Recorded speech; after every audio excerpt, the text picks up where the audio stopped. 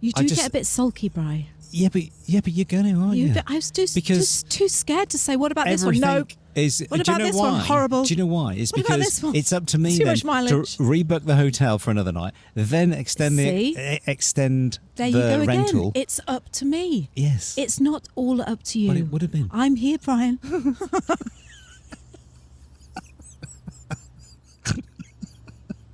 I'm a real person. Let's go. Hello.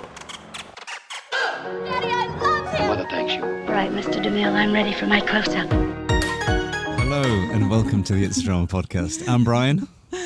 How many crows can you pick from your nose in an English country? God. The crows are up there in the tree, aren't they? Maybe one or two, but not quite a few in an English country garden. Here we are. I've been waiting to sing that to Have you. Yeah. I have actually. I have.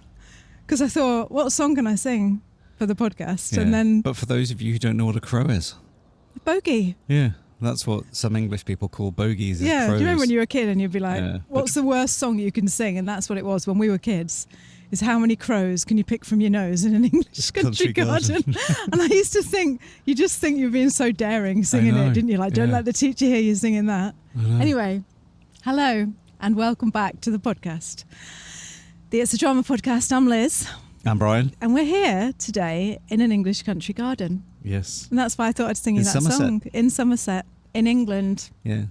Last time we spoke to you, we were in Greece, and we thought we'd do a catch-up video, a catch-up podcast about our first week back in England, how it's been. We've done so much, haven't we, Bri? We've done an awful lot, really. Yeah, it's a bit scary how much we did, especially in that first 48 hours. Yeah, Milton Keynes, eh? Yeah, and we've had a real taste of what it's like to be, not a stranger in a new country because we were born in England, but just be in a country that isn't our own country. Like there's hurdles you've got to get over in order to make things happen. It's a funny one. Like you say, we're British citizens. We were born here. We spent more time here in this country than what we ever have in New Zealand. And and then we have been back several times for various, things that have happened in the family and stuff. So we have come back and just visiting. But it's changed an awful lot. I think it has. Really? Yeah. Why? I don't know. It just seems a little bit more down. Down? Yeah. But we're here now to change that, aren't we? It doesn't seem as positive. No, but we're here now, But that's the idea of this podcast. Yeah. To turn it around. Exactly. Innit? Yeah. Honest. Huh? What? Yeah. So in case you are new to the podcast and we've got like a new listener, you need to know who we are and what we're doing. And thank you for joining us. We're Liz and Brian, husband and wife. We are from New Zealand. No, actually, we're from England. We're born in England. We moved to New Zealand 16 years ago. Yep. And then last year, we had a lot of loss in the family. I lost my mum and dad within 6 months of each other. And we decided to take our two young adult kids who are 24 and 21, Sonny and Tessa, and do another. We are travellers, big travellers anyway, but we do another world trip a year away from New Zealand to reconnect, to put our priorities in place, to heal, to come together as a family, just to live together and be together. And that's what we're doing. And if you're new to the podcast, you've caught us in England. We've been in Norway, we've been in Paris, we've been in Greece for 3 months. No, 2 months. 2 months. And now we always say it's 3. Always exaggerate a little bit. Do you know what? Yeah. You have to, don't you? It's best to exaggerate things because it gives you more cred. Like we always say, like we worked in Whistler. Back in the day, we worked in Canada in Whistler. And I think we were only there for 6 months. But we always tell everyone it was 2 years. We're like, we lived in Canada. We lived in London for at least, we've been married days. 40 years when really we've only been married like 36. But it's just, you just round it up. It's just a lot better. Yeah. It's like even when you say, guess how old I am, mate. Near retirement. Really? Well, why do you want to know that? So here we are in England. We're house sitting. We're house sitting in Somerset for a gorgeous little cat, Monty, and we're here for 3 weeks. Yes. And then after that, we're going to tell you what we've done after that in the next podcast. We're going to save all that because we've got some exciting news to tell you. But we are going to save that in the next podcast. So hopefully you'll come back. And that way, if you are new to the podcast, and the one after that And another one, we've got some more exciting news. We've always got exciting news because we're just really exciting people, aren't we, Brian? We are. We're just full of life and positivity and excitement. Living on the edge. It's actually a little croquet field here, isn't it? Or field, or whatever you say. Or what would you say? Is it a croquet pitch? Someone tell me. I don't know what it is. What, the garden? Yeah, it's got some croquet hoops. Yeah. And do you know what? Lavender. I love it so much with all my heart. And the lady has got a garden full of lavender. So when I turned up, I was like, oh my God, this is just divine. And every morning when I sit down and do my morning pages, I pick a piece of lavender and just keep smelling it and rubbing it. And lavender is one of those things that no matter how much you rub the little heads, thank you so much, lavender, that the smell just still releases and calms you. So that is as you can see, this is what I was listening today. Stop interrupting. Oh, okay, go on. What? No, just about that. What you're talking about. There's a herbalist guy that I was listening to, and he says when you rub something like that, it's actually oil is actually breaking out into little bits and coming up and through your nose. Yeah. And triggering things in your brain, especially rosemary is very good for memory. Absolutely. Yeah. Absolutely. Like and this is why, like at the moment you just feel like nervous or you want some soothing or when you're on the plane and you just have some lavender oil and just but you know what, people get really annoyed about that. Pretend they start sneezing. I remember writing a post. It's not a pollen. What? Carry on. I wrote a post about like how to like be on the plane, how to relax on the plane. This is back in my travel blogger days, and which was like last week, and I wrote a post and I said, oh, use some lavender oil, and the comments came in, I'm allergic to lavender oil, stop telling people to use it, so you've got to be careful. So what I'm going to do now, instead of telling people to F off and mind their own business, and I don't care if you're allergic to lavender oil, what I'm saying is you can't smell it through the camera. Just pick a piece and rub it like this. You will relax me. Anyway, so coming back from Greece, the last time we spoke to these lovely people, we were on the balcony in Greece. Yes, we were, weren't we? Yes. And I wanted to talk about, because we did mention it, I wanted to talk about dodging the immigration when we came back. Yes, we did a naughty thing. Well, you did a naughty. I didn't do a naughty thing. I was going to say, don't jump on my bandwagon because it wasn't you. I've never seen such a calamity at the immigration leaving Greece with Liz. Why? Well, you tell them what you did. Well, so basically, when you're in Europe now, if you don't know this, like, why wouldn't you know? But Schengen you might not know the Schengen region. Yeah, it's like sounds like in Japan. Yeah, if you stay over for 3 months, you're just going to get put in jail. In 90 days. 90 days. You can get a fine. You can actually get banned. I'm joking about it. I'm being all cocky now because I've got away with it. But actually, I was really, really terrified and flipping myself, basically, because I thought, oh no, because what had happened is we had gone up, me and Tess had stayed in Paris. We'd gone to Paris for a month, and you went to Norway, which didn't count. Yes. You can go back to those podcasts and listen to about what we talked about when we were in the airport when we were leaving, and the things I'd said to Liz specifically because of her passport situation. What are you on about? Oh, just carry on. No, I don't like what I said to Liz specifically, because now you're making out that I'm going to say something, I'm going to look a complete idiot, and now you're going to turn around and go, well, I told you, Liz. So just get it out now. What did you tell me? Right. So when you've got dual citizenship, you leave the country that you're a citizen and say it's New Zealand. So when we're in Auckland, we leave on our New Zealand passports. And when you get to London, you can come in on your British passport. Yeah, but my British passport had expired. Exactly, but it hadn't. But hadn't it? No. So when you it expired in July. when you left London, you were supposed to leave on your New Zealand passport, or go out on your UK passport, and then when you got to France, you come in on your New Zealand passport, because in July your British passport ran out. See what I mean? It's just I know, but that is it's confusing, isn't it? It is, Bri. So anyway, Liz didn't listen to that. No, I didn't. And flew in on a British passport, but when she left Greece, she tried to leave on her New Zealand passport, and they said, "When did you come to the country? Because there's no record of you in the country." It was just horrendous. You started waffling, saying, "Oh, I came in on the 27th of May," and you said, "Well, you've been here over 90 days now," or whatever it was that you came in. Thank God 27th of I got April. someone nice. because she was lovely. She was lovely. I was standing in the background. They're like ushering you away. Yeah, Move do you know away. do you know what disappointed me, Bri? What? You weren't there to protect me. They didn't let you. No, yes, they you make would. you move away. No, you've started running the away. guy with the machine gun was pointing it at me. As if. As if. But yeah, I got to immigration and passed over my passport, like you say, and it was horrible because Tessa stood next to me, like expecting me to be the mum and like know what I'm doing. And all I was thinking was, oh my God, I'm just getting sweatier and sweatier. I just want to take off all my clothes now and just stand here and cry because, you know, already I'm starting to feel stressed and I haven't even handed over my passport. And I give it over, and like you say, she just looked at me and started asking me dates. When did you come to the? When were you here? The EU? And I was like, what? I don't know. And she's like, well, what date? And she looked at me like I was an idiot. I know. And I was thinking, oh my God. And I just tried to calculate it in my mind 3 months back, but I got it wrong. And she said, do you realise that you've been in this country for over 90 days and you're only allowed in Europe 90 days? And instead of just saying, I'm a grown up, instead of just saying, I do realise that and I'm really sorry, I went like this. I went, really? And she looked at me as if like, shut up, you little liar. As if you don't know. As if you don't know that. And what's this? You're as wise as big guns. You're sorry, Brian. You're as wide as big guns. Yeah. Yeah.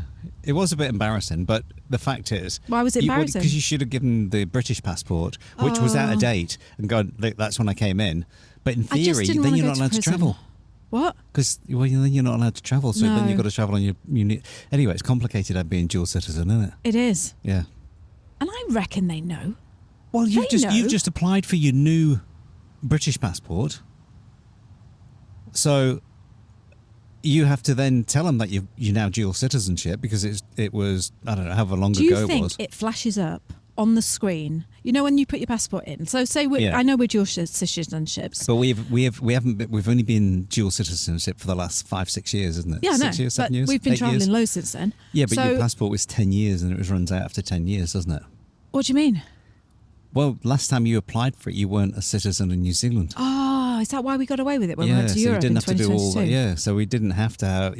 But like I say, now when you apply for your new passport, you have to send photocopies of your dual citizenship, which is, anyway... I don't know. I just thought it was a bit disappointing what you did to me at the airport.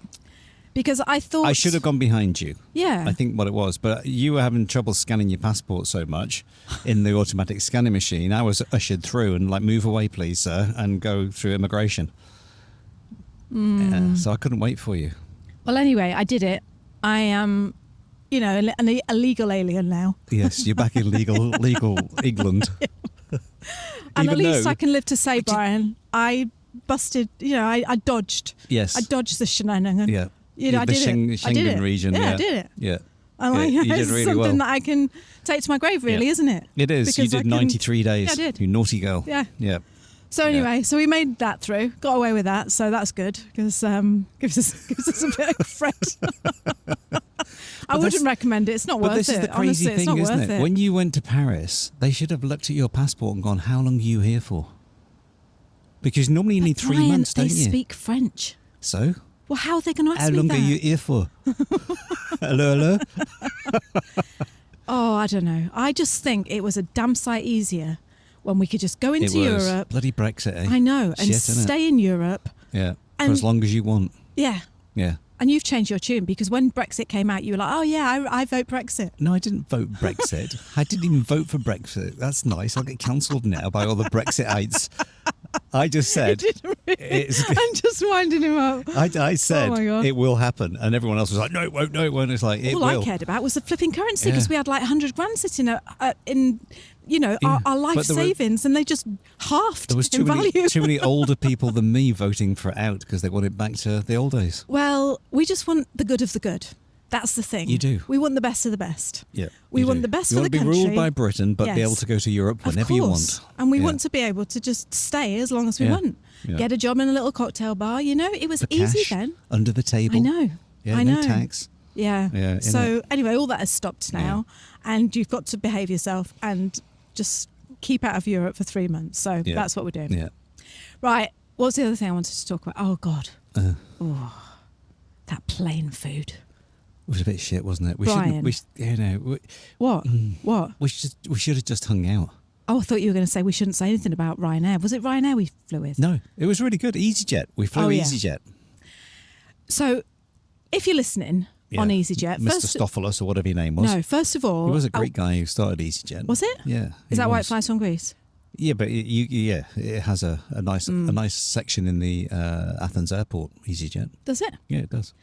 I didn't notice because I was too busy wiping my tears away from relief of getting through immigration. But yeah, first of all, I want to say, if you work for EasyJet, that's the name, isn't it? Yeah. Is it? EasyJet, sorry, it's just called EasyJet, yeah. Oh, Brian, what's happening to my memory? Well, I hope I'm not maybe you getting... should have had a little bulletproof coffee I like know, me before. I know. You're I a feel bit hungry as well. Hang on.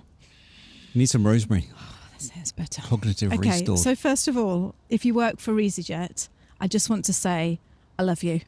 Oh, they were lovely, weren't they? They were flipping lovely, the staff on EasyJet. Those boys that were doing the waiting on, you know, the hostessing thing. The hosts. The hostessing. Yeah. The host without just the essing cabin. bits. The cabin crew is the word you're looking for, isn't it? That's there it. you Cabin go. crew. It's easier to say that nowadays. They were like, it was like having my best friend on board with me. But they let us do everything, didn't they? They did. And they was telling us all moved about us and everything, didn't they? I felt a bit sorry for that pregnant woman next to me, though. Did you? No, I didn't, because she kept standing right in front of me doing her stretches. No, but she was pregnant. I know she was. I know. But he came over. I was going to get her to stand up and let her sit down, but I thought she looked a bit too... He came over, the boy, the air hostess boy, you know, the what's it called? Cabin crew. The crew. He came over. One of the cabin crew came over. Yeah, and he kneels down to the pregnant lady next to over from us. Oh, honest to God, I could have died. He said, he went, all right there? Like, he did a lovely English accent. All right there? And she went, yes, I'm all right. Then he went, how many weeks? And she goes, I don't know, like 52 or whatever, how many weeks pregnant she was. 52. Like, a lot. That's a 12 lot. months. All I know is she was out here, so I know that she was a lot. Yeah. And he went, any problems? And she said, sorry? And he went, any problems? And she said, no problems. And he went, my auntie's friend, she was pregnant. He got his phone out, didn't I know. Showing all the got the pictures. bloody phone out. Yeah. She had to have an emergency cesarean. She was rushed to hospital. It was touch and go. Yeah. And the poor woman was just like... She started sweating. She did. I just thought, I'm sorry, that's too much. And I was going to turn around and say something and just say, do you know what? Don't say that to her when she's pregnant. I know, you don't say anything like that. It's the last thing you need to hear. You just don't need it, do you? Rushed in for a C-section. But that's how they were. What? They were really... Like best friends. They were. Yeah. And I said, it was really funny because there was some spare seats at the front, wasn't there? Yeah. And Tessa, we had 4 seats, and Tessa, my daughter, she was like stuffed at the side of the window next to 2 strangers. And she leaned round to me and said, Mum, will you ask if I can move to the front and have my own seat? And I thought, well, I've got nothing to lose. He's obviously like they're easy going. They're EasyJet going here. They are easy. EasyJet. Easy as. And I said, excuse me. And he said, yeah. And I said, my daughter, and I just lied. I just said, my daughter gets panic attacks. Yeah, but she does panic attack a little bit, doesn't she? But not anymore. She used to. Do up with it. Yeah. You know? Yeah. Put your headphones on and just listen to some music and eyes. clench your fists. But I thought, I might as well. Smell some lavender. I could see that he wasn't. Yeah, exactly. I could see that he was one of these open, like modern people. Yeah. You know, that goes in for all that. Yeah, he was. Yeah. And I just thought, right, I'll play it. And I just said, she gets panic. And he, does she? Does she really? And I went, yes, she does. Come with me, my love. Come with me, my love, he said. Yeah. Brings Tessa out. Bit of C-section. Yeah, he brings Tessa out the seat. You sit up here. Sit up here. And he puts her all down in the front, doesn't he? Yep. She couldn't believe it. No one's ever been nice to her like that on a plane. No. Yeah, so we got front seats. Yeah. So you went up and sat we were only with her. on seat 3, as it was, 3 or 4 for some reason, which is unusual for us. We don't want it at the back with the scum. But I've got to say, well, I love those guys. Absolutely best experience. Well, not the best experience. Air New Zealand is my best experience because they give us loads of wine. But for a budget airline, outstanding, weren't I just loved their attitude. Yeah. But Bri. Oh, hang on. What's that? Oh, hello. Some bikes going by. Yeah, a bit noisy. I've got to say... Look like a cat down here. She's kind of sat with us. So right underneath the tripod. Monty. Yeah. Did you feel the same as me? You know when they do the checks? Yeah. When they do that big lever on the door? Yeah. It's like they didn't even really... They were just sort of talking about stuff and just doing the actions. And I wanted to say, locking the door. Just zip that for a minute. Yeah, and make go sure and that red light's exactly, on go green. and do your safety checks. And let's just just be professional. Yeah. Because there's one thing being all like friendly and, I'll talk about this and that. But like, you're sitting there, you think, have you checked that? Check it twice. Check it again. Yeah. Check that door again. I know. Yeah, and then check it again. Yeah. Yeah. So, But what I wanted to talk about, what we wanted to EasyJet. talk about was the food for EasyJet. We were so bamboozled by the lovely staff. We thought, because we were a bit hungry, because we've been travelling all day. We've done a 4.5 hour ferry crossing, an hour or so's drive through very hot temperatures in Athens, up around 38 degrees. And here at the moment, it's 26 degrees here in England. It's very, very nice. Got to the airport and literally was straight onto the plane, wasn't it? Like, you know? And so we're a bit peckish, weren't we? yeah, we're starving. Yeah, Not even though peckish, ravenous. we did stop in Athens for some lovely lunch. Yeah, we did, yeah. Yeah. Yeah. It was souvlaki, that was lovely. Yeah. But so we had a massive meal, but we were starving. Well, we knew. As soon as you get on a plane, you're hungry. Yeah, because we knew that we were going to be getting in, because it's a 3-hour flight, isn't it? 3.5 hour flight, whatever it is, from Athens. And we knew we were going to get in at 10 o'clock at night and then trying to get something in England. We had to pick up a hire car, and then drive to Milton Keynes, of all places. Yeah. To cut a long story short, we get the menu out on the plane. Yep. We look on it, and it says, big meals. Have a big meal. They had snacks, mini snacks, and then big meals. Yeah. And there's a picture, wasn't there, on the There big was. meal of chicken tikka and rice, and then chicken piri piri and rice. Yep. And I'm not joking. It was like the size of a dinner plate. It was huge. It looked massive. And it was, how much was it? £20 or something? Do you know what? No, £12. The reason why this was so appealing to Liz is because, like, a glass of wine, it's a little bottle of wine, is about £8-9 or something like that. But they did a meal deal with a drink. Yeah, and they did, Brian. It was about £16 Yeah, but actually for a you were meal sitting. deal. Yeah, no, but And you were the so one that Liz was like, "Well, No. it's only going to cost me £6 for that tikka." No, because I'll you have were it." the one that's sitting at the front with your little legs crossed, going, "Should we get the meal deal? Should we have the wine?" Yeah, why not? So anyway, Yes. So we decided, let's have a chicken tikka and Yeah. rice, didn't we? Like thinking, it's going to come out massive, big flipping Indian meal, gorgeous. Just going to really enjoy this now. Only costing me £12. but when we ordered it, I said to the guy, I said, you doing food? And he looked at me as if like, really? And I went, and he went, what is it, what you after? I went, chicken tikka and three of them, please. 4 of them, actually. Yeah. And we he had to went, pay. It cost us a fortune. It'll be about half an hour. Half an hour? Why? Yeah, 'cause you had to heat it up. See? That's what the problem was. No, How the many problem times has it was been heated up, that chicken tikka? the problem was when it came, and I kid you not, am I, Brian? I'm Yeah. not lying here. I'm not exaggerating. No. It was about the size of an iPhone. Yep. The whole tray thing. was tiny, wasn't it? It was about the size of an Yeah. iPhone. And Yeah. I looked at it and I'm like, are you kidding me? Yeah.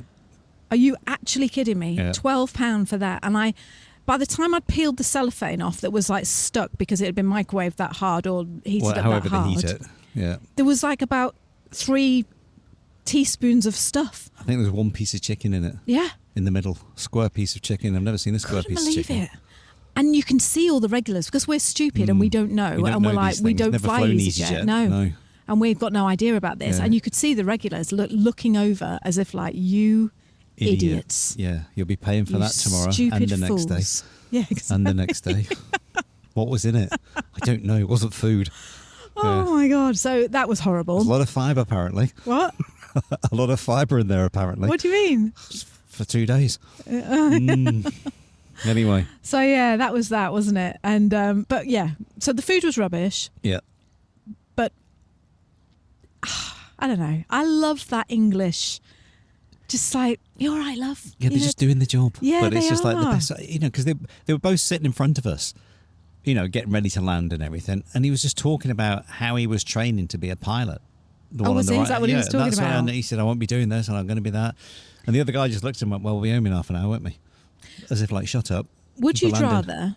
rather have like Singapore Airlines where the staff are just, they're almost robotic, they're that good.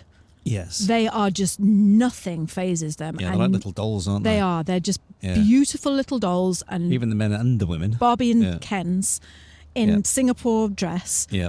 doing everything for you.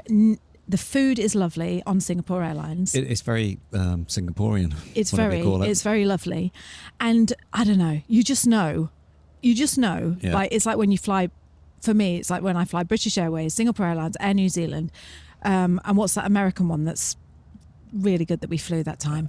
What, United Airlines? Oh, I don't know. Anyway, they were kind of all right. You just know that Not at Christmas, though. it's proper, but the staff don't talk to you. Or would you rather, like, they don't talk to you like, oh, like, friends? Or would you rather have EasyJet where you're paying, and I forgot to say that you're paying big bucks, or would you rather pay hardly anything, because I think that flight cost us about £100 from Greece to England, which is nothing. It was so cheap.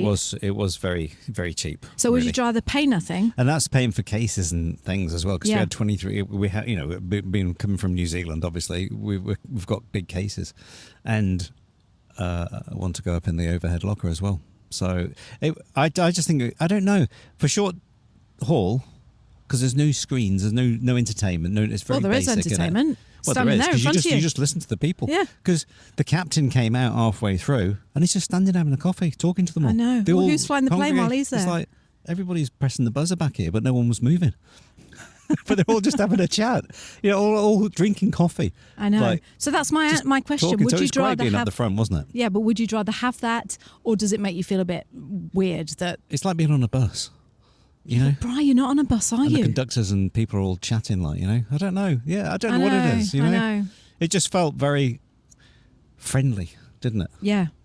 Yeah, but not quite professional. No, like the other guys do. But all I kept thinking to myself, because I did start having a bit of a moment there where I thought, oh God, you know what I love? What if my whole family go, what if you haven't closed that door properly, my whole family are on this plane? Yeah. But then I always think, when I feel like this, when I get worried on a plane, I always think, these people do this job 7 days or 6 days a week.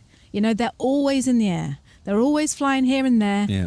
And I always look and see their faces, and I think, you're just a normal person doing a normal job, and this is your normal job. I know. So it really calms me down when I think that. Because that's what he said to Tess. Oh, I fly these all the time. He was really and he nice. said it's just nothing ever happens on them. It's so safe, and this, that, and the other. He says this is an Airbus as well. He said, the Boeings are good. He said, but I prefer the Airbuses. And he's just like, so anyway. I wonder if you get more cred when you work for someone, like when you work as the hosts. What's it called again? The crew, the cabin crew. Yeah. Like, I wonder if they're like in competition. Like, oh, I've got a Boeing. I'm on a Boeing today. Yeah. Oh, well, I'm on an Airbus. Yeah, I'm on a big Airbus.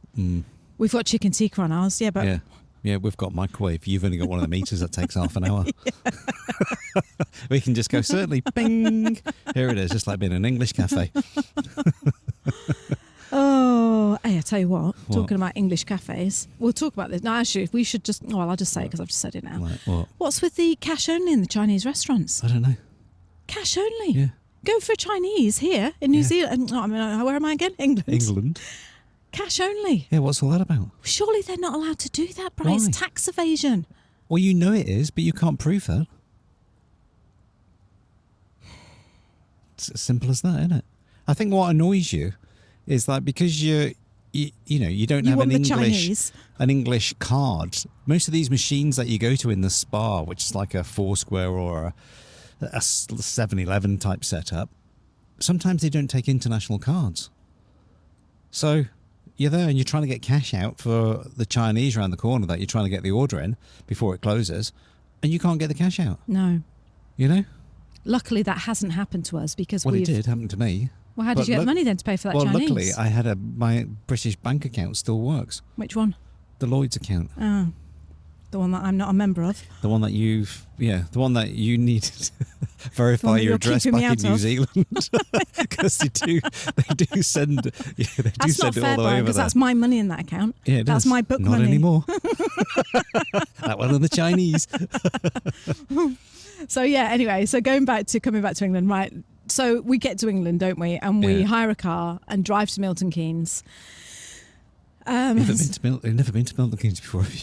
No, we haven't. It's an experience, isn't it? It was lovely, Milton Keynes. And we stayed in Milton Keynes in a travel lodge, Premier Inn. The story on that was, we'd been driving all night, obviously for 2 hours. It was like gone midnight. And we got to the Premier Inn, as we were staying in a Premier Inn. The wrong one. Something else happened that night.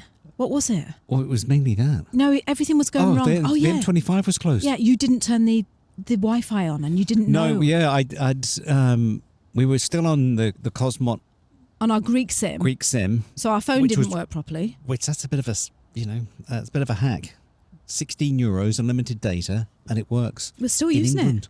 Still The using only thing it is to no this one day. ever picks up the phone in England because they think we're some Greek hackers calling from hacks. And not only that, when you log on to the Safari or Chrome, it thinks you're in Athens, so it's just all in Greek. Yeah, So Chinese it's like, Chinese name, and it brings up all the ones in Athens. It's not a great hack. Don't do it, it's rubbish. But yeah, so our internet wasn't working. I'd not put data roaming on, but I use the TomTom Go app, so it doesn't need data, but it's better when you have data because it tells you the bloody road's closed. So I'm driving along the M25 and it just said M25 is closed for maintenance. Come off, you see one diversion sign, and that's the end of the diversion signs. And so we ended up going almost into the middle of London. We hit the inner ring road of London. Yeah. And it's like trying to get around that then to get up to Milton Keynes. So the reason we went to Milton Keynes is because we were buying a car and you wanted to go and see the car it was near Milton Keynes, the one that we were buying. Yeah, it was essentially to about 3 or 4 cars because we were doing a bit of a, I could have leased a car for about £1,000 a month. I should just say, hang on, just hold that. I should just say that we're in England for another 3 months. We're here for at least 3 months. So we can go back to either Europe or head off to somewhere else in the world. Yeah. So we don't know what we're doing after that 3 months, but we're here for 3 months. Yep. So we knew that we were going to be here. And like Bryce said, you looked into leasing. Yeah, but I looked into leasing a car, which is about £1,000 a month. To hire a car is probably double that, or you can get a super cheap one, maybe similar, but anyway, So we just looked at it and thought, stuff it, let's buy the hand grenade for £1,000. It was the budget of around about £1,000 to £1,400. Why do you keep saying this? Because I need to get to the bottom of this. Hang on, I need to get to the bottom of it because, I do, Bri. Yeah, I do. Well, you're not a mechanic. What do you mean? You've never fixed a car in your life. Well, excuse me. No, What? I haven't. But I have dodged Schengen. Schengen region. No, I know, but you keep, every time I notice this, Right. whenever we talk about this car that we've bought, which is Yeah. a cracking car, Yeah. it is. But yeah. Yes, it is. But you have this thing that you need to keep saying, oh, it's a banger. Oh, it's a wreck. Oh, it's a hand grenade. Oh, it's... I like hand grenade. Yeah, well, whatever it is you just said. And I want to know why. Why do you feel like that? Because once you come down to that £1,000 sort of, and it's got to be a big enough car to get 4 quite large suitcases in the back of it, plus your, carry-ons. So it's you need a boot space more than 300 litres. It's got to be more like 500 litres. Yeah, so we needed a big car. Our budget was £1,000. Yeah. So you're going to now be looking at cars which are more than 10 years old, like 15. This one we've got is 15 years old in England, which is a lot. It ends up being a bit of a rust bucket. Who cares? It's only for 3 months. No, I know. But that's the thing. It's got to last 3 months. It's done over 200,000 miles. Anyway, we shouldn't be... you're jumping ahead. All right. Let's go back. Well, so you're asking me what though? No, you just started talking when I said about we stayed in Milton Keynes because you were buying a car. Yes. Then you jumped straight into it, but you're just jumping ahead a minute because Okay. we will say about buying the car. Yeah. But first of all, finish the story, Brian, about the disaster night when we got to when we're driving to Milton Keynes. Yeah. So we land in the middle of the night. We land after 10 o'clock. By the time you've picked the car up, it was gone 11 o'clock. It's more like 11:15, 11:30. And you've got a 2 hours and 20 minute drive to Milton Keynes if the M25 was open. And that time of night, it's free flowing normally. Yeah. There's no one hardly on it. It was raining. It was dark. It was raining. It was pitch black. Again, in a car, we couldn't get the Apple CarPlay working straight away, but we're trying. And Sonny's trying to get it working as we're driving. Anyway, we get it back on and working. So, like I say, the diversion signs didn't work, and all of a sudden, the car's trying to reroute, and I'm just guessing on directions, and I know it's sort of northeast of London-ish, so I'm trying to head for things that I'm kind of familiar with, and it's obviously rerouting back to the M25 all the time, even though it's closed. Anyway, to cut a long story About short. an hour and a half on our journey, Yeah, didn't it did. It put at least an hour on. And it said ETA 2:10 a.m. Yeah. We're all knackered. We've been Yeah. up since like 7 in the morning, getting a ferry from the island in Greece and then getting to Athens, Yeah. getting on the plane. Plus all 3 that. hours. Plus 3 hours, yeah. And we're 2 hours, whatever it is, shattered. yeah. And it's pouring down. And Yeah, we well, I turn think up I'd at worked this- it out. I'd been up for coming up 20 hours to 22 hours or something like that, from and plus done all that travelling, flying, everything, driving in unfamiliar, trying to not get through, done with congestion charges and stuff like that, and all that stuff anyway. Were you feeling stressed? Yeah, you're feeling a bit down. Did you know? you? Yeah, we just like, we've had enough. I just want to relax. We'd And only you been get in to the the country hotel 2 hours. and I go in, I tell everyone to unload everything into the reception in the hotel. Yeah, which we did. Everyone's rain. everyone's doing. I have to go up to the first floor to sign in with the guy who's up there at the night desk. And he goes, "Well, what's your reference number or your name?" And he goes, "It's not in here." You know, you just think, Yes, it is. did Look again. I just book the wrong date? You know, like I've done that Start once before, a doubting long yourself. time ago. Yeah. And you just think, shit. So I said, Deacon, I said, gave him the reference number. And as soon as he saw the reference number, he said, "Nah, wrong hotel, mate." Oh, cocky. You know, you just think, he's almost like, just close the laptop. Did he?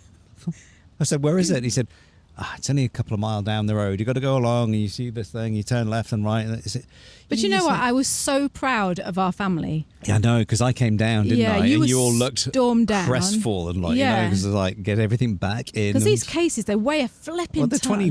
23 kgs. Yeah, That's what and we got all the cases out, all the computer bags, all the flight bags. Yeah. You The whole everything lot, the was world trip out bags. of the car, from our world trip, sitting there in the lobby, in and the it's rain. like in the rain, and Brian's like, "It's the wrong hotel. Put all the bags back." Yeah. And so And I was just so proud of us because I know. we didn't kick off. We didn't go, "Oh, you're joking." Because everyone went, "Oh, this is a bit nice." I know, it looks Because a it bit was posh for us. £50 each a night, wasn't it, or something, Yeah. or whatever it was, or £50 a night for each room.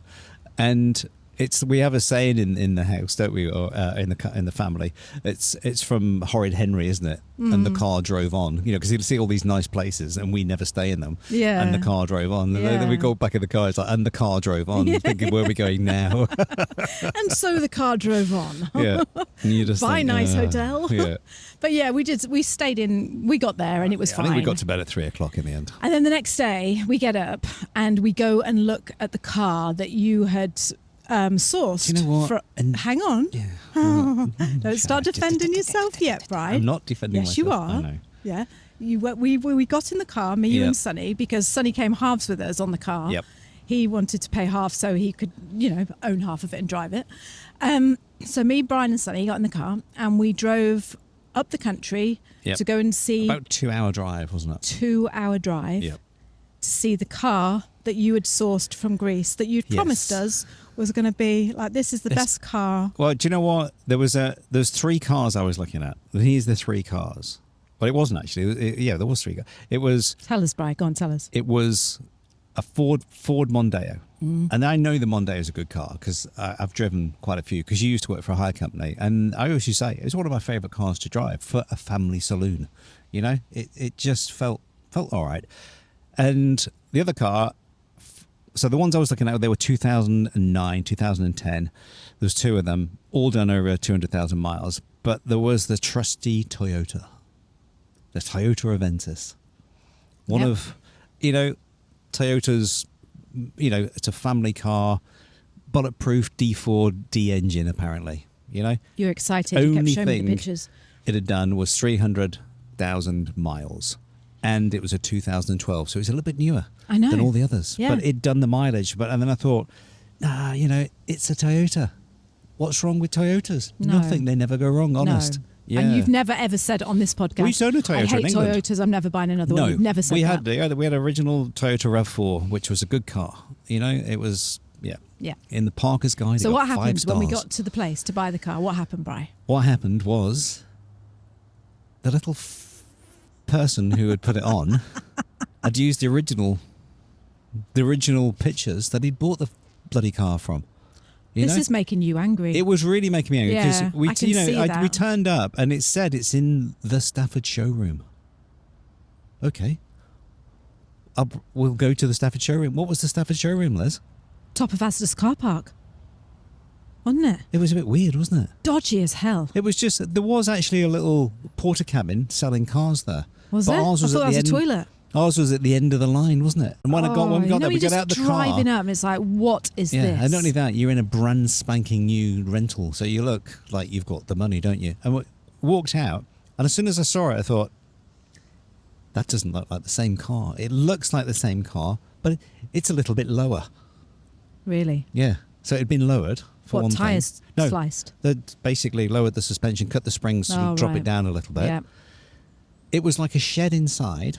It was gross. just a mess. It was. Everything It was was embarrassing. the pictures on would look really nice, didn't they? Water bottles thrown all over, his puffer jacket on the back seat, Yeah. crisp packets just all over, windows filthy with grime. Yeah. And you just look at it and you just think, oh my God.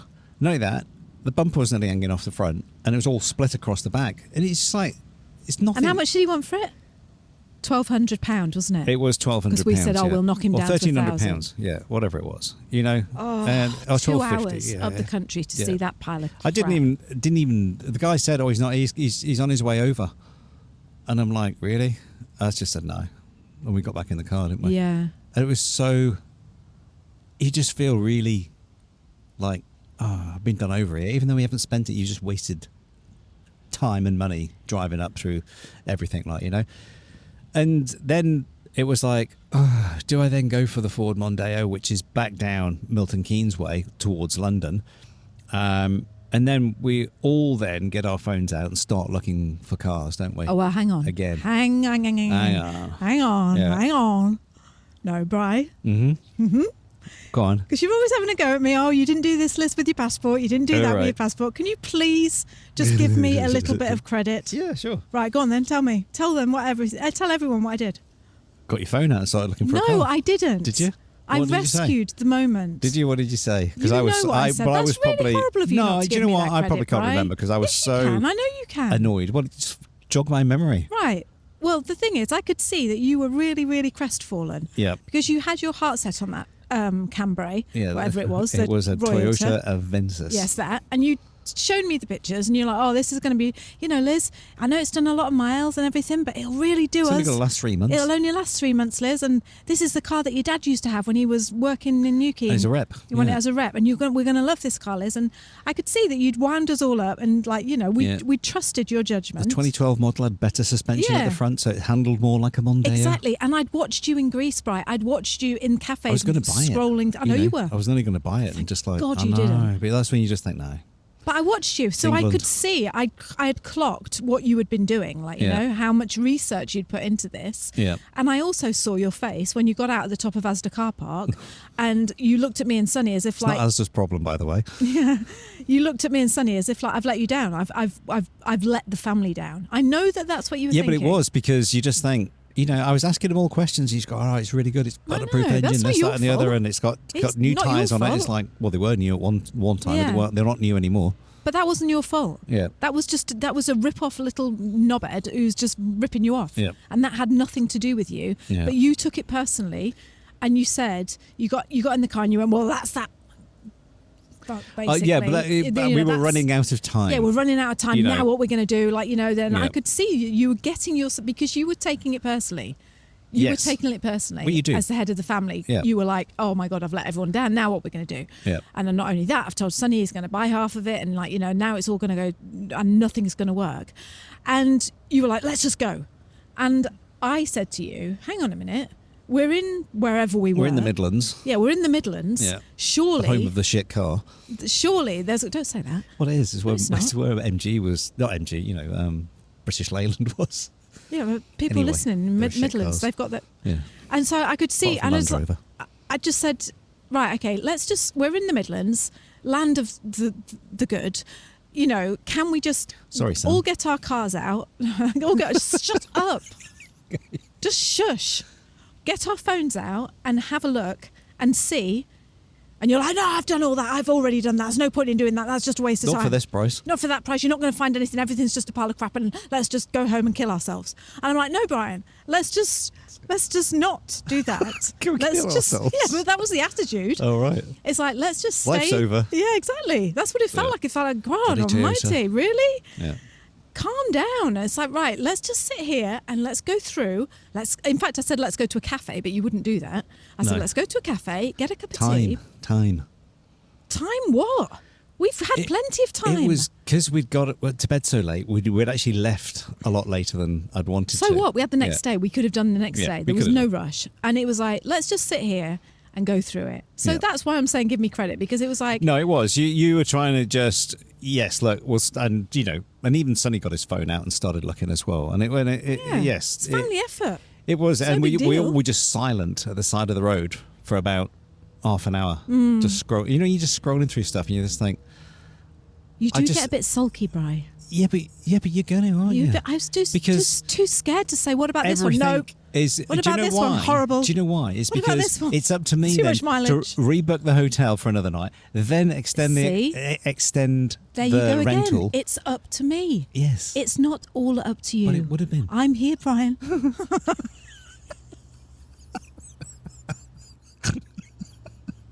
I'm a real person. Let's get going like this. Look, and Sonny went, "I'm not driving that." I really liked that little one that looked like it looked like a disgusting car. That was. It wasn't. It had nice big windows. Oh, I know. And it had a nice high up. It looked like a noddy car. Name of it. It looked like a noddy car, and it was like It those was ones that a Toyota Cairo or something. Old It was people just, go around in, go around the country, and it was a stuff. Because it got six-seater. good visibility. Yeah, Yeah, it was. really. It was flipping lovely, that car. You wouldn't have that. a bit like a bad version of a Fiat, whatever they were called. Those. So anyway, we find a car. Who found the car? Me. Did you? Yes. I thought it was me that said. Oh yeah, right. No, it wasn't. You weren't looking for V-dubs. Okay. So Brian. You were looking at little people movers. Dun, dun, dun, dun, dun, dun. He rises again. He finds the car. Yeah. Tell the story from there, It's then. not the Mondeo, because No. the Mondeo was the last to go for, just for the fact that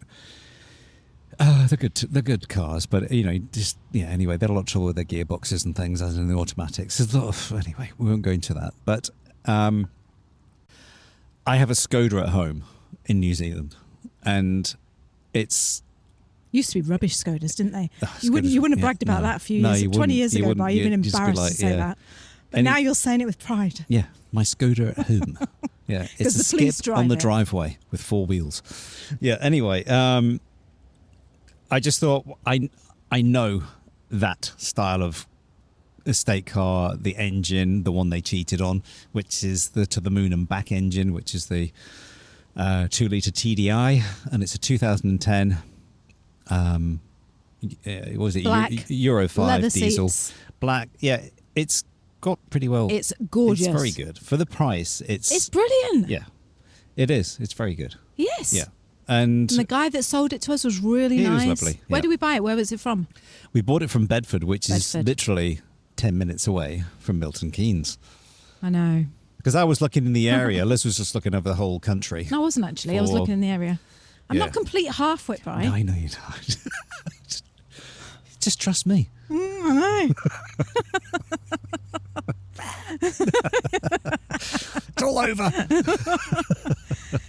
But yeah, it was. So we've got ourselves So we bought, a VW hand grenade. a VW Passat. Yeah. Is it a Passat? It's a Passat. They call it, the flipping model is the lovely. B6. I love it. It's a But heated seats. 2-litre, 140 horsepower TDI, and everything works on it. It does. Even the air conditioning, It's which brilliant. we have had to use every day since It's we've got a come back. fantastic boot. It's immaculate inside. Absolutely immaculate. Yeah. Comfy as anything.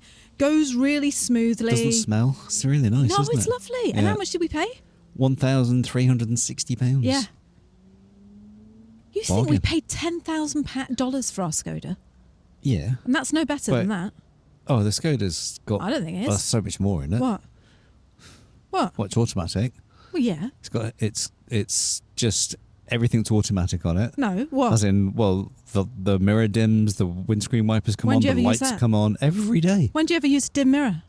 Oh, when someone drives up behind you, the side mirrors dim.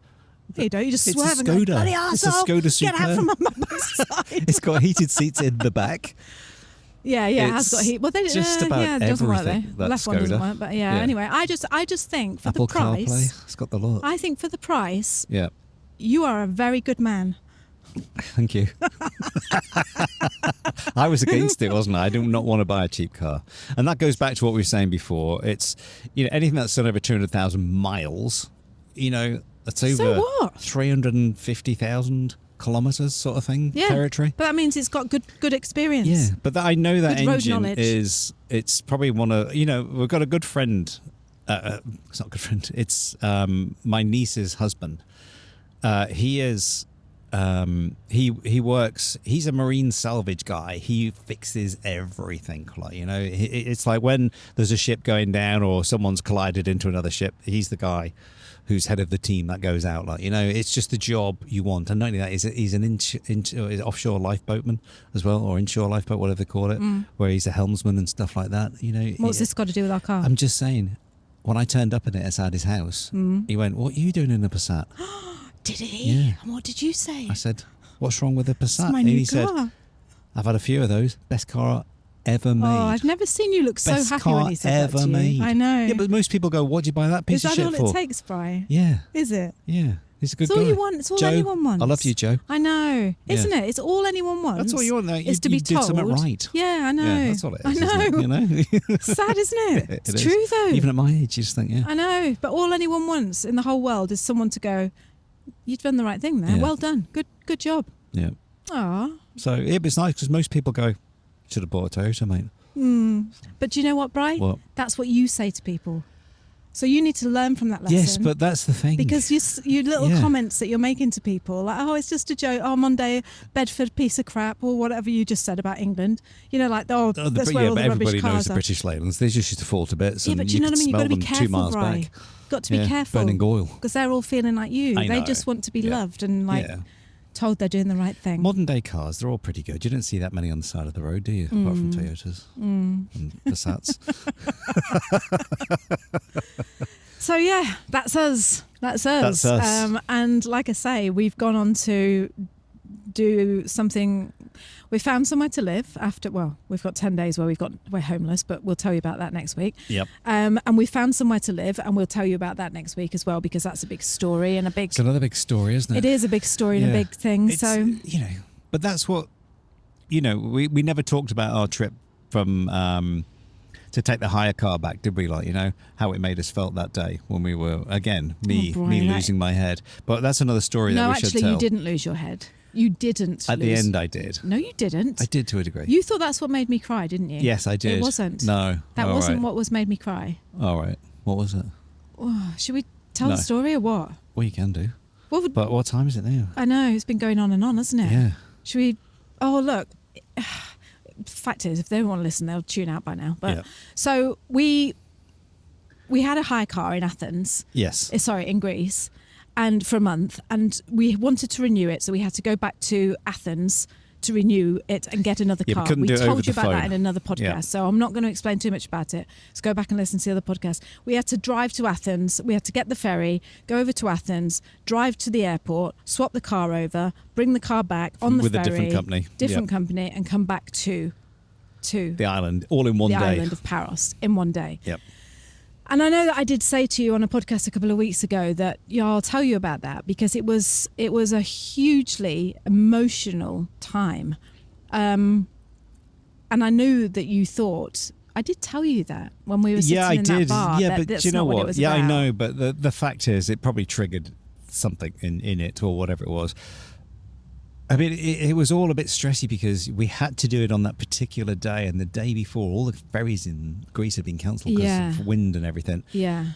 And I'd put the wrong email address apparently down for booking stuff, even though you logged into the same thing. She said, "Oh, it's Gmail is spelt with an N," and it's like, okay. So the confirmation hadn't come through, and me trying to call them. Remember doing all that the day before. Anyway, to cut a long story short, we did the trip. But we were running late because our ferry had been delayed because of the wind. So we'd lost about an hour or so getting into Athens.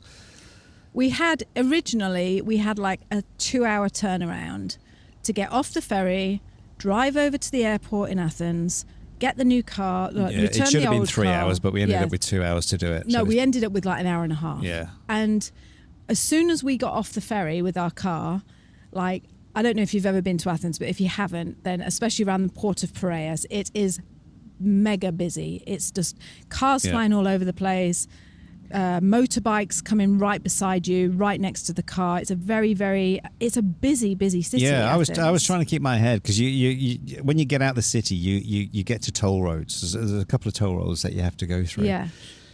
And I was in this one queue, and then this one guy came up the side of me, and he just stopped, and I'm like, you could just with his indicator on, remember?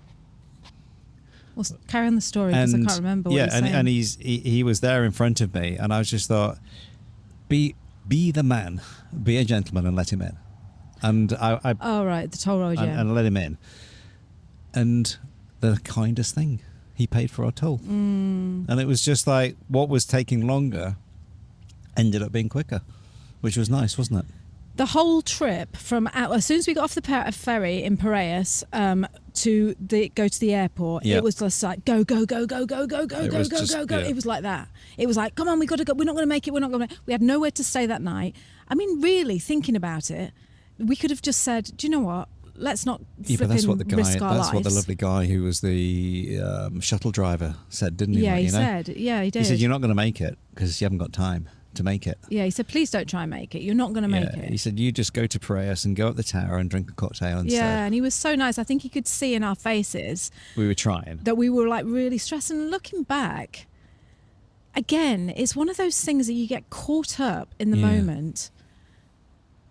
And I wish that we could have just stepped back and gone, is this really worth stressing out so much? Yeah. And that's why I got so upset, because what it is it was like, and you were absolutely fantastic when you say, oh, I just, whatever you just said before, I messed it up, or I lost my head. No, but I did. You were so calm, Brian. I was calm right up to the point where I took the wrong turning. Yeah, but even then you were calm, because we could see the ferry. I know the ferry was apparently. It was like something off a film. I know, it was like we weren't going to make it. Then it was almost like, actually, we have a minute to spare before that ferry leaves. And with the Greek ferries, you literally can get on the last second and they'll let you on. So we get off the ferry in Piraeus, we drive to the airport, like go.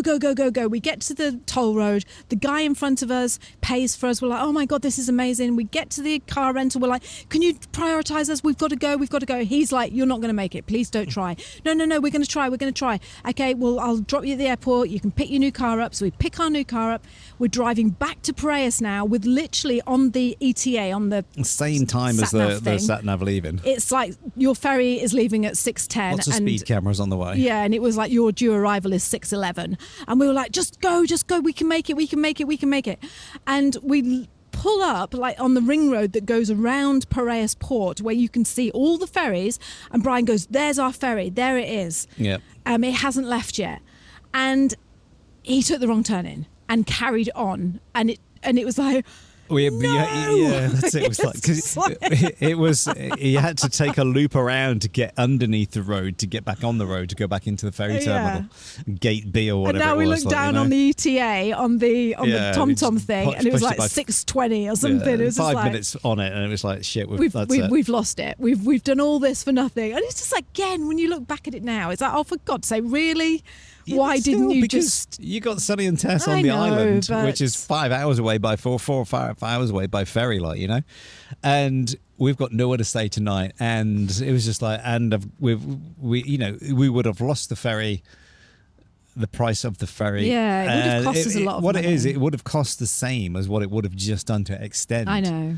The actual we were trying to save money by doing this. We would have saved about $500 because for some reason I got a really good summer deal offer on the car, and to redo it I couldn't. It was going to be, I don't know, nearly $3,000 instead of being $1,400 plus the ferry crossings. And anyway, cut a long story short, we would have saved about $500, and then all of a sudden you just see all that evaporate, and you just think.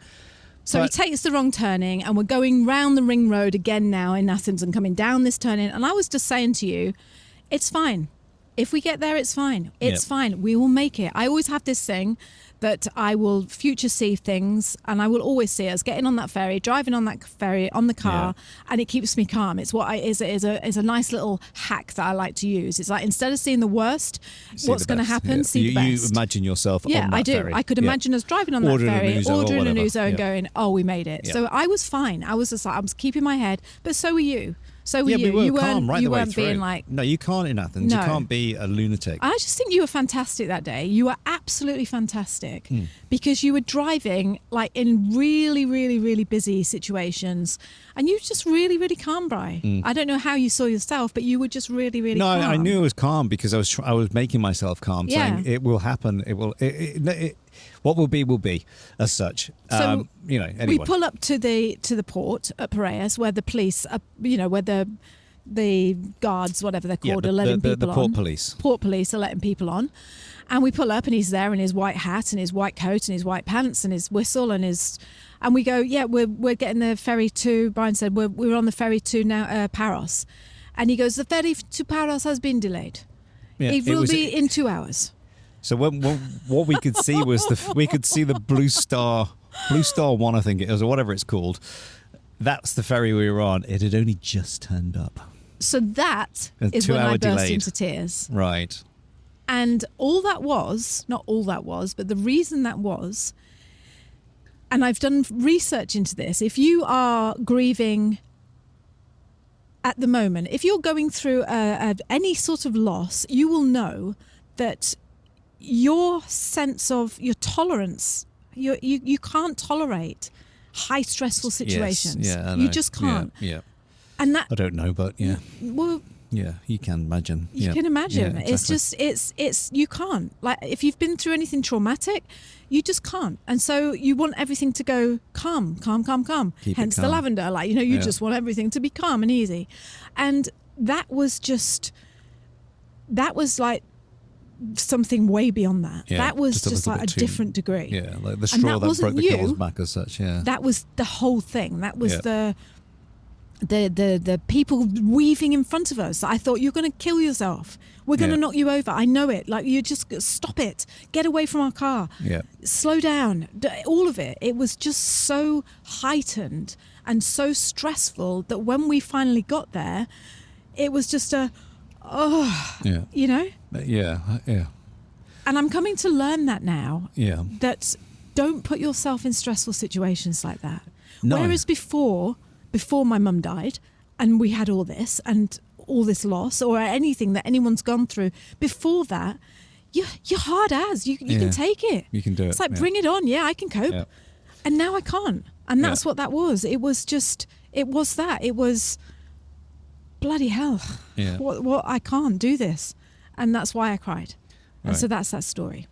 Yeah, but what came out of that day was when we actually were sitting on that ferry, sitting on the outside in a couple of plastic chairs, watching the sun go down, I think we had a glass of wine or something, didn't we? Or We had a whatever bottle it was. of ouzo, didn't we, Brian? No, I can't remember. Yeah. Oh, no, we had both. Yeah, I think we had everything that night. Yeah. And we just said, you just look at each other and you just think, wow, we did it. We actually did what we set out to do with more than time to spare, and that's what we said. If you don't do those things and you just say to yourself, oh, stuff it, just pay the extra $500, it's not worth the hassle. But we felt so alive after that. I did, after that day. That was just like, I know you wow. did. Look at what you can achieve, what you can do if you put your mind to it. I think you really needed to do that. Yeah, but it just was. It was just that if we I don't hadn't think made we it, both we did. would have done. No, maybe just me on my own could Yeah. have just gone and done it. It probably would have been a lot less sort of stressful because, when you're always thinking of someone else, but then you take more chances when you're on your own, don't you? You haven't got that safety of that other person in mind all the time. So, yeah, probably good that you were there. I'm glad I was. Yeah, no, it was. It just made for a memorable day, and not just a loss of $500 or whatever it is, or paying $500 extra. And not only that, the car that we got was 10 times better than the Toyota. Little Suzuki. Yeah. It's very nice. And also, I think, I'll say one more thing and then we'll just leave it there. I think watching you, I think you've done a lot of mental work in the last 18 months. I think you've been a rock. You've been mentally holding me up for the last 18 months and the rest of the family, not just me, and yourself. Yeah.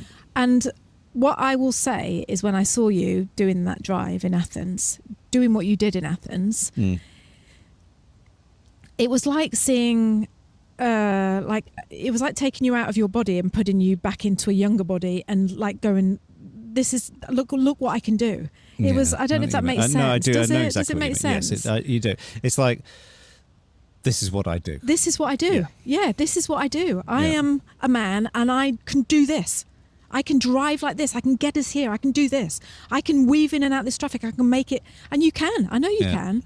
But you haven't been able to do that in the last 18 months, I don't think. There's been no opportunity. Or have to do that. Exactly. Yeah. And I just think it was really good for you to do it that. Does. Yeah, I just think it did you good. I just remember sitting. So don't feel guilty about me crying. Sitting on that motorway, and it's like, this can't be the right.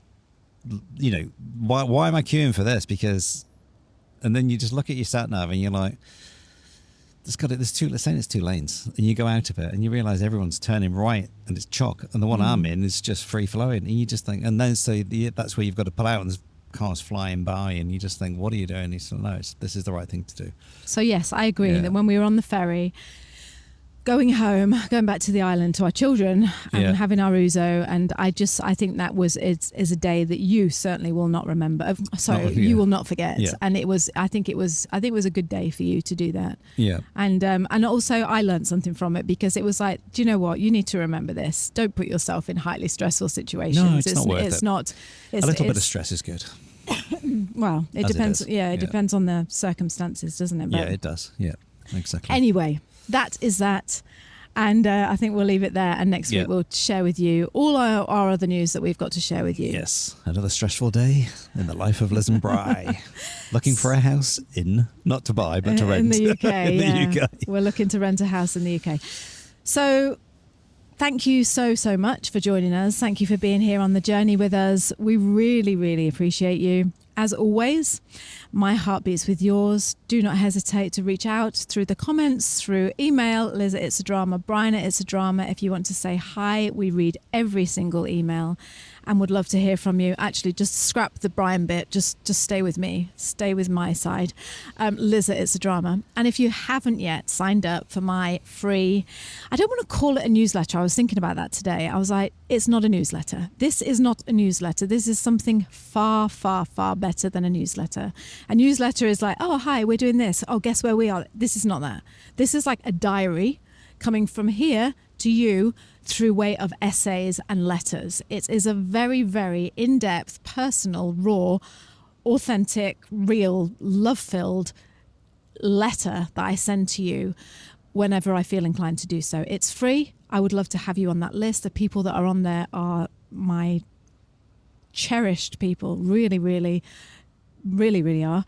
And I'd love you to join me. So if you haven't already signed up for that, you can do so by going to www.itsadrama.com/front row.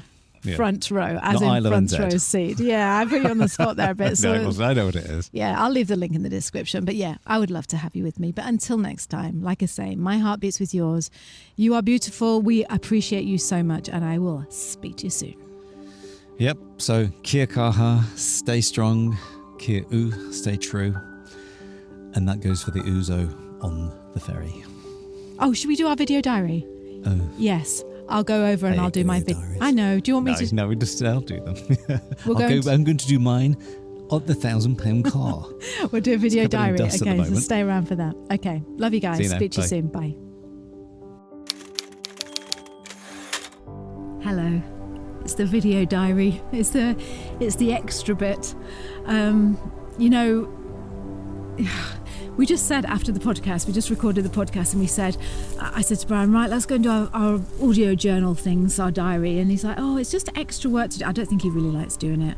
But I love it because it gives me a chance just to say what I'm really feeling. Not that this is any different than a normal podcast. I don't know why I feel like that. I've told myself in my brain that this part of the show is like, no one will watch or listen to this, so you can just say whatever you want, Liz, and just like really open up, which is a bit weird, but anyway. And I am videoing it. If you're listening on audio only, I'm videoing it, and I'm trying to find a place that doesn't show the house in the background, because we're house sitting, and I want to respect people's privacy and all that, and I didn't want to show the house. But I just wanted to say, well, first of all, I wanted to say thank you so much to everyone who has contacted me personally and said how much they enjoyed the audio, the ones that the podcasts that we made by the sea in Greece.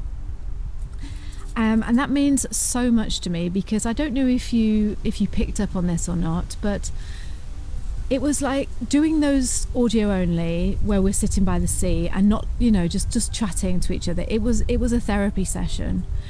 It was a real therapy session, and I want to continue doing them. Maybe we'll do one a month or something and just stick it out there, but I want to continue doing them. And they're not as popular as the videos, obviously, because when you put them on YouTube, we've talked about this before, but I don't care. I don't care if one person listens to it. All I care about is reaching that one person and enjoying doing it. Someone emailed me and said, oh, I love the energy of it. I love the way you're so relaxed and the energy. And I thought, yeah, and that was the whole idea of that. So that was my first thing I wanted to say on this diary, was thank you so much for the support and for staying around, and like I say, contacting me and Bri just to say thank you. And then, I feel like there's so much. I'm such a rabbiter. There's so much I want to say that has happened, since we've been back in England. But I will say this. It's the thing I'm struggling with, the thing I'm finding to be a challenge. And I didn't even think about this. I didn't think about it for 1 minute. In New Zealand, when my mum died and my dad, 6 months later, we haven't really got many people that we have friends. We're like me and Brian, and we'll go out and we'll chat to people at the cafe that know us. But other than that, I've got like the odd friend and stuff, but other than that, there was no questions. There was no, so what happened? There was none of that. I could take it at my own pace in New Zealand. And also in Greece, it was, if I didn't want to talk about it, I didn't have to. And what I'm finding in England is, even like not just family, but people that you meet, like strangers, they'll say, oh, why are you here? You're from New Zealand, why are you here? And you'll say, like, even that a woman came to the door the other day, a next door neighbour, and she's like, oh, why are you house sitting? And I said, oh, we're on a world trip. Oh, how come you're doing that? And I thought, well, I can either just lie and just not say anything and just go, oh, because we're really wealthy and we can just travel for a year or whatever. And then I thought, I just can't do it. I can't not tell the truth. And I just said, I told her, I just thought, oh, I lost my mum last year and everything. And it's funny because people will say to me, oh, you're so open on YouTube and the podcast, you don't mind sharing it. But that's because it's a one-way conversation. It's I can open up to you, and I can wait for people to comment or email, but I'm not being faced with there and then questions. And I knew this was going to happen, because when I was in Greece, I remember saying to you, I just feel so safe here. I feel so cocooned, it's just me and my family, and no one knows us and no one asks questions. I remember saying that to you, and no one's gonna wants to know a bit what's going on. And as soon as you come back to England, and obviously you're going to talk to family, and they're going to ask details because they didn't live in New Zealand or anything, they didn't know what had gone on and the details of it. And it's funny because I wrote down today you almost want to carry, and you will understand this if you've gone through any kind of loss yourself, and you're grieving yourself or healing yourself, any kind of hurt that you're feeling. You wish you could carry a plaque around that says, "Not today, please don't ask me today, I don't want to talk about it today," because people don't know, they don't know. They just think, well, you can talk about it. Anyway, that's what I'm struggling with. That's what I wanted to say. And the reason I want to share that as well is because, again, if you're going through the same, then you probably think, yeah, I know exactly what you mean, Liz. I know what you mean. And no one tells you these things, do they? No one gives you prior warning. No one says that this is how you're going to feel. And so I wanted to share that with you and let you know. And we're having a lovely time. It's absolutely lovely. It's summer. It's gorgeous weather. It's flipping stunning hot. House sitting. It's beautiful. England is at her finest. But yeah, that's the honest truth of where I am. Carrying that plaque around, going, don't stand, just stand, stay away from the thunder doors, or whatever that saying is. But yeah, all right. I think I've been talking long enough, and but I wanted to say I love you, and I'm grateful to you, and thank you for listening. Thank you so much for listening. I can't wait to share my details of what I've been up to work-wise, what I've been writing about. Again, huge therapy, but I'll share that next time. So I'm going to let you go, and hopefully you'll hear Brian's video diary next, and he'll be showing you the car, no doubt. But hope you enjoyed the podcast, and thank you again so much for being here. Sending you lots and lots and lots of love. Bye. As promised, here is the car. For those of you on audio, I'm just showing you the car that we bought for, what was it, £1,360. Hey, great little car. And there we go, look. It's pretty immaculate inside for a 15-year-old car. So happy. Very stressy buying it, as we said on the podcast. But the reason why it is a bigger car, just for the fact that it has a huge 500 plus litre boot to fit cases and things like that, because that's what we needed for getting around the country. But there it is. So for those of you on the audio, I'm switching back over to the video diary now. It was just to give people a little idea of what the car was. This is my video diary. Yes, stressy time buying the car, which it always going to be. It wasn't the fact for the money, it was more the fact of just trying to get something that was going to be suitable for what we needed. And the day started off going completely wrong, but ended up turning out pretty good, and like we said with the Athens trip and these sort of things that, keep you alive, or keep you active and keep you wanting to just, I don't know, keep moving forward, than just the normal, not so much mundane things at home, but just these sort of things don't really come about at home, and unless your car's just broken down or something like that. But unlike when I was selling the boat and stuff like that. But this is just I don't know, it just, these little things, they sort of test you and try you, put you outside your comfort zone, make you think outside the box, and I think that's an important thing, to keep thinking outside the box, because we're so used to doing stuff that we don't really know we're doing it. It's a bit like when you go in and you clean your teeth and then you don't really remember, did I clean my teeth? Those sort of things. I always remember a guy called Bob Proctor, he just said, start writing with his left hand in his later years in life, just because he wanted to be different and try it. It's just learning those new skills and day-to-day skills and things like that you actually do, which I think keeps the old brain thinking anyway, what it does with me, and that's what I really enjoy. And talking about keeping the brain thinking, Sonny, my son, who is 24 years old, he's been streaming away and doing all this work, which involves sitting down an awful lot. And you hear the new sayings of the sitting is the new smoking and stuff like that. So he was always into his gym, and obviously with what's been going on in his life, and with coming away and starting his new business and things like that, and he's been coding a lot, and obviously streaming, which means you're sitting down talking to people, with what he does. He wanted to get back into the gym, and he said, are you going to come to the gym with me? And if you listen to what we do, of what I do, I tend to work out at home. But obviously when you're traveling, you unless you want to go to a gym, I've just been having some resistance bands, and I bought these little things for doing press ups on and stuff like that, which is all just to keep you, trying to keep some strength up and stuff like that. And he said, would you like to go to the gym? And straight away I'm like, if it's for you, yep, I'll go to the gym.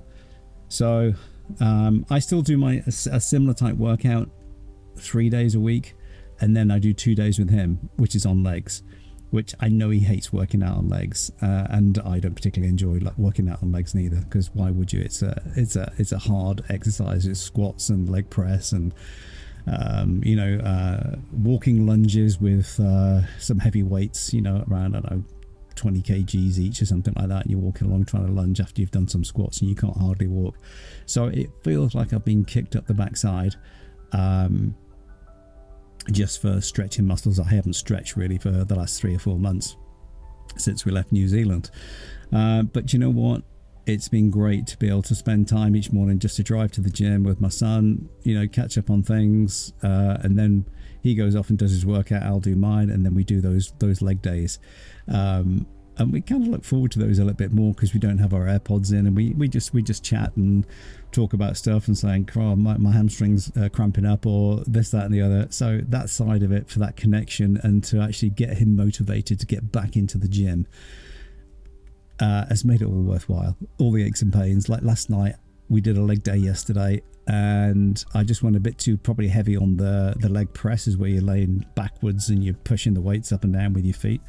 So it's not like a squat, but it's a leg press on a machine. And I just felt my inner thigh, which I have been struggling for the last 2 years, with the tendon that goes right up into the groin. I spent most of the night last night turning over trying to get comfortable, just couldn't get comfortable in bed. And I used to think, did I just push it that little bit too much? Just trying to keep up with a 24-year-old lad. But hey, that's what I do, and that's what I like to do. And I'll see how it is in a few days. And if it is, then I'll lay back on, or lay back on a layback bench.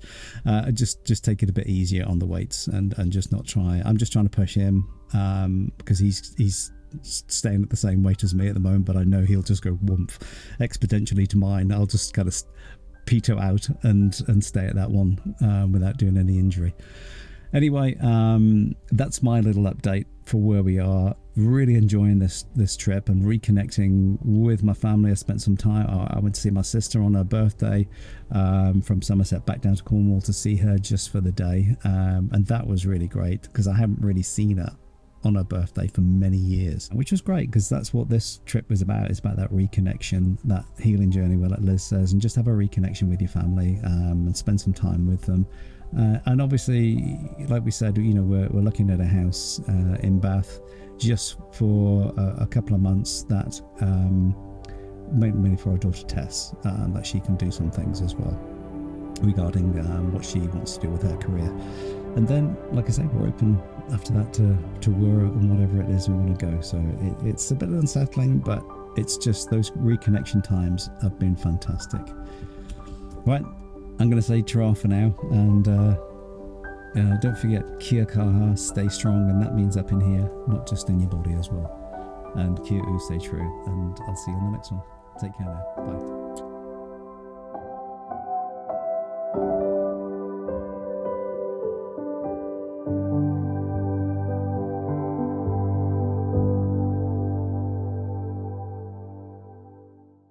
An added pressure, yeah, of thinking, we've got 4 people to coordinate in this house, and I'm not going to lie, they're not helping enough. No.